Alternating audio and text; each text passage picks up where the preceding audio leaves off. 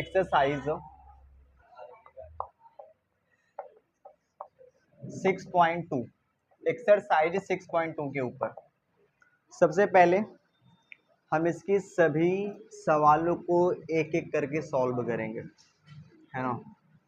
अब ऐसा मैं इसलिए कर रहा हूँ क्योंकि इसमें कई सारे बच्चे ऐसे हैं, है ना, जो अगर मैं एक सवाल बता के 2-3 सवाल छोड़ देता हूँ तो वो सवाल पकड़ नहीं पाएंगे, है ना। तो अगर एक ही कॉन्सेप्ट पे कई बार सवालें लगेंगी तो हो सकता है कि बार बार देखते देखते उनको कुछ तो आइडिया लग ही जाए।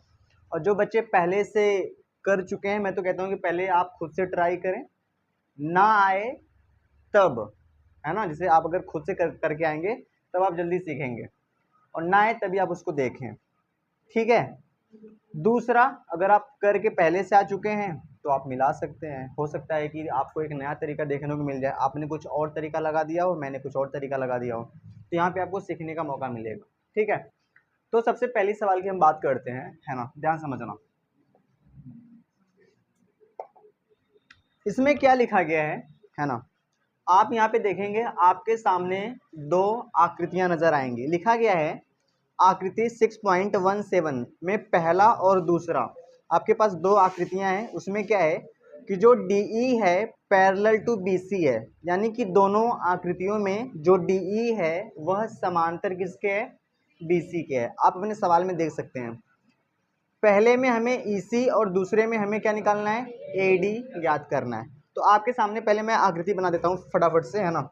देखिए सबसे पहला हम सॉल्व करते हैं, सबसे पहला, पहले का भी पहला, है ना।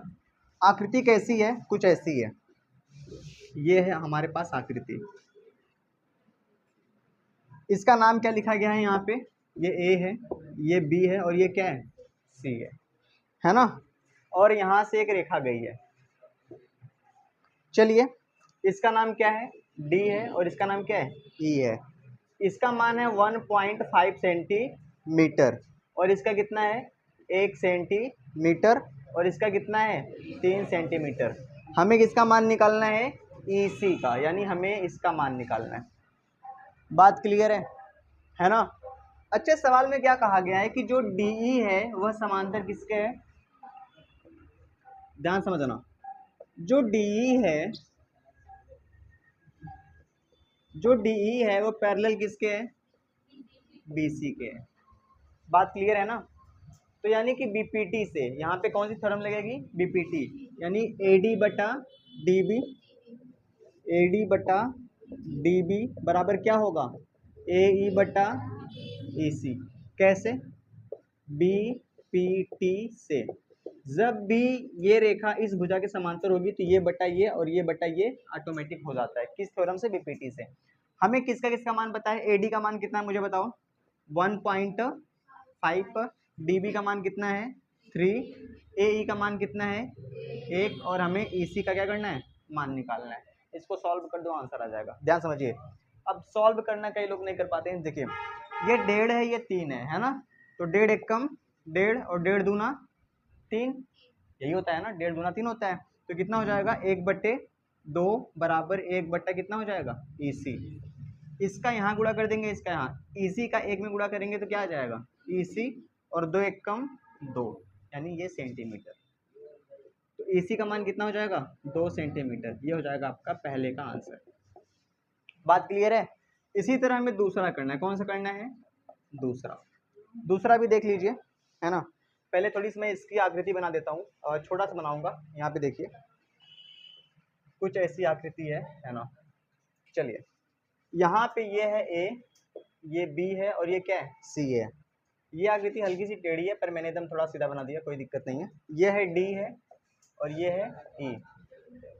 यहाँ पे है 7.2 सेंटीमीटर, और यहाँ पे है 1.8 सेंटीमीटर, और यहाँ पे है 5.4 सेंटीमीटर, है ना। हमें AD का मान निकालना है। किसका मान निकालना है, AD का मान निकालना है।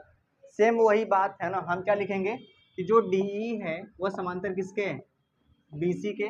तब क्या हो जाएगा कि AD बटा DB बराबर AE बटा क्या हो जाएगा, किस थ्योरम से, BPT से, यानी थेल्स प्रमेय से। AD का मान हमें निकालना है, तो AD की जगह कुछ DB का मान कितना हो जाएगा 7.2 और AE का मान हो जाएगा 1.8 और उसका मान कितना हो जाएगा 5.4। बात क्लियर है जी। कभी भी एक चीज हमेशा याद रखना, अगर दशमलव सेम अंक पे होते हैं, दशमलव दशमलव क्या होता है कट जाता है, मतलब एक अंक पे यहाँ पर भी, एक अंक पे यहाँ पर भी है, तो कहने का मतलब है कि AD बटा 7.2 हो जाएगा और यहाँ से 18 हो जाएगा और यहाँ से कितना हो जाएगा 54 हो जाएगा। यहाँ तक बात क्लियर है। 18 एक कम और 18 3 यहाँ 54, तो AD बराबर, ध्यान समझना, ये 7.2 का इधर गुणा हो जाएगा, तो ये इधर गुणा होगा तो कितना हो जाएगा 7.2 और बट्टे में कितना है 3, यानी हमने क्या करा है, हम ध्यान समझो, ये बस इसको इधर भेज दिया है, तो AD बराबर 3 दूनी 6 और 10 में लगाएंगे 3 चौका 12, ये हो जाएगा आपका आंसर, इसको लिख लीजिए, है ना। ये जो सॉल्विंग पार्ट है ये बहुत आसान है, आप खुद से सॉल्व कर सकते हैं। तो हमें पहले में EC का मान निकालना था, हमने यहाँ पे निकाल लिया, दूसरे में AD का मान हमने यहाँ पे निकाल लिया, इसको नोट कर लीजिए।